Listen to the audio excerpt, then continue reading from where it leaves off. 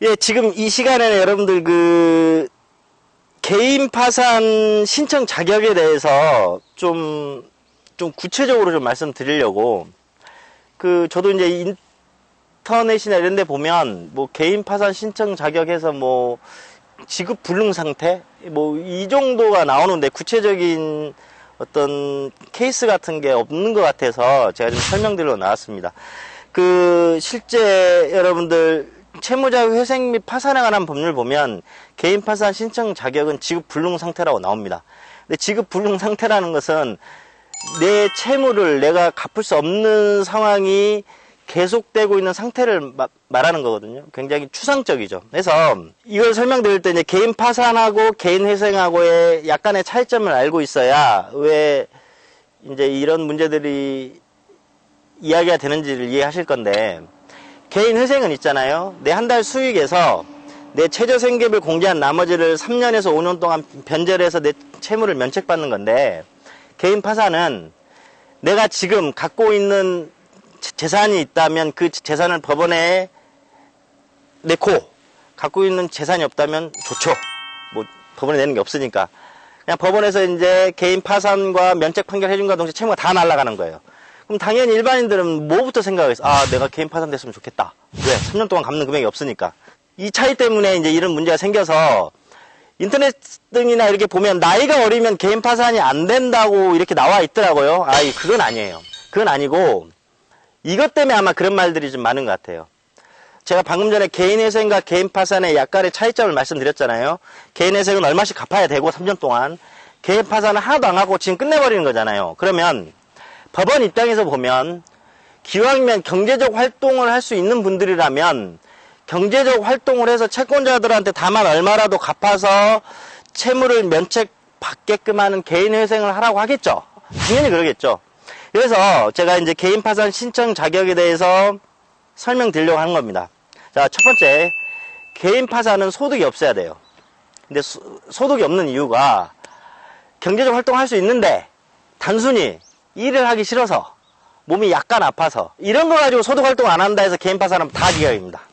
어떤 거냐면, 건강이 안 좋아서 경제적 활동을 못 해야 되는데, 그 건강이라는 거는 단순히 어깨가 좀 아프다, 무릎이, 이거 갖고는 안 되고요. 아픈 이유가 장기간에 걸쳐서 왕성한 경제적 활동을 못할 만큼 아파야 돼요. 그래서 쉽게 얘기해서 허리 디스크가 있어서 조금 아픈 거 말고, 의사의 진단이 나왔는데 이 사람은 좀 무리한 활동을 할 수 없는 사람입니다, 이렇게 나오는 경우, 아니면 어떤 신경정신과 질환이 있어가지고 대인관계가 안 되는 분들, 이렇게 해서 어떤 소득 활동을 할 수 없는 이유가 있어야 돼요. 젊은 두 부부예요. 20대 중반의 두 부부인데 아이가 4명이에요. 두 분은 너무 사랑해서 이 여자분께서 21살 때부터 해서 매년마다 다 계속 아이를 낳으셨더라고. 그러면은 아이 4명인 집에서 20대 중반의 두 부부가 이렇게 채무를 많이 졌는데, 아내분, 그러니까 여자분 같은 경우에 실질적으로 경제적 활동하기가 어렵죠. 그래서 소득 활동이 불가능한 경우로 법원에서 인정을 해줬습니다. 이런 것처럼 어떤 그 사람이 가지고 있는 환경에 의해서 소득 활동이 할 수 없는 게 인정이 돼야 돼요. 근데 내가 일을 하기 싫어서, 이거 말도, 그러면 상담도 하지 마세요. 그냥 상담하다 보면 화나니까. 내가 일하기가 싫어서 이런 말 하는 순간, 그러면 다른 사람 돈 갖다가 왜 써서 그렇게 그 문제가 돼요. 이런 케이스도 있었습니다. 30대 후반의 남자분이셨는데, 노부부가 계셨어요. 두 분 다 아프셔가지고, 한 분은 중풍이시고, 한 분은, 아무튼 어떤 것 때문에, 장애인이셨나?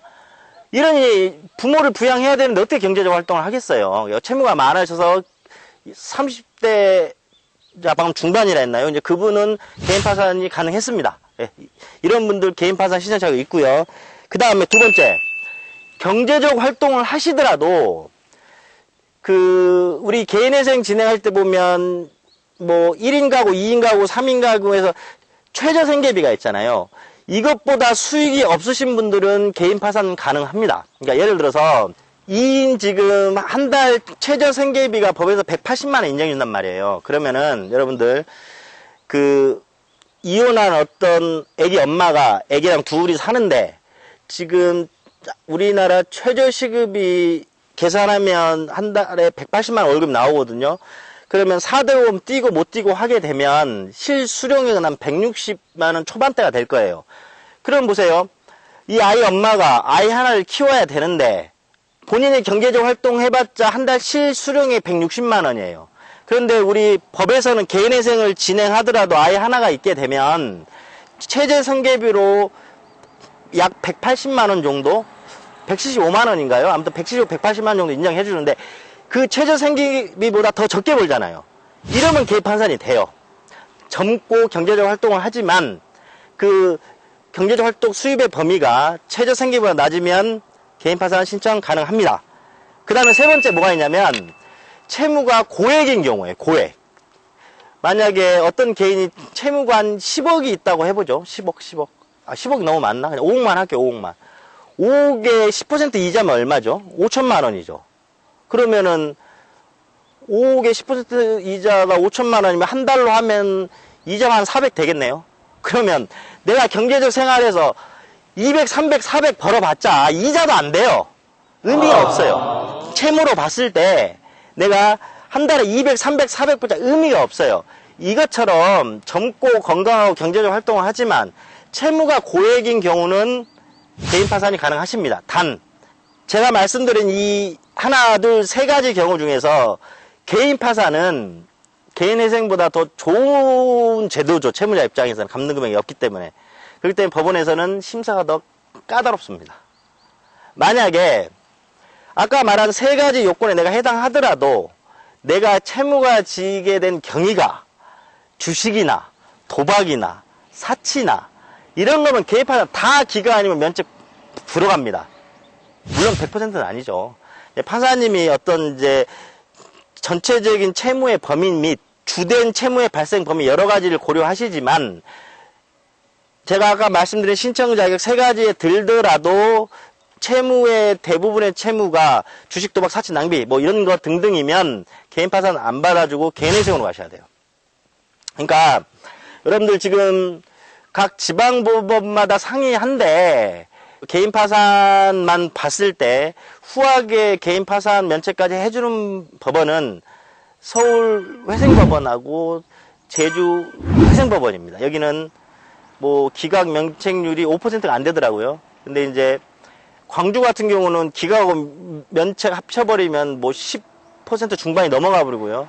전국적으로 보면 개인 파산 기각 또는 면책 불허가 받을 확률이 10%가 넘어가요. 그러니까 개인회생은 거의 기각을 안 받죠. 왜? 그래도 3년 동안 열심히 해서 자기가 열심히 일을 해서 어느 정도 채무를 갚고 면책되는 제도이기 때문에. 하지만 개인 파산은 지금 당장 면책을 해주는 제도잖아요. 3년 동안 뭐 갚는 게 없이. 그렇기 때문에 개인회생보다는 훨씬 기각 확률이 높습니다. 개인 파산 좋죠. 근데 단 그만큼 기각되거나 면책 불허가 받을 확률이 훨씬 높기 때문에 섣불리 개인 파산 면책 신청하면 안 되고요. 그 자기의 상황을 전문가와 상담하시고 가능 여부를 검토하신 후에 신청하셔야 됩니다.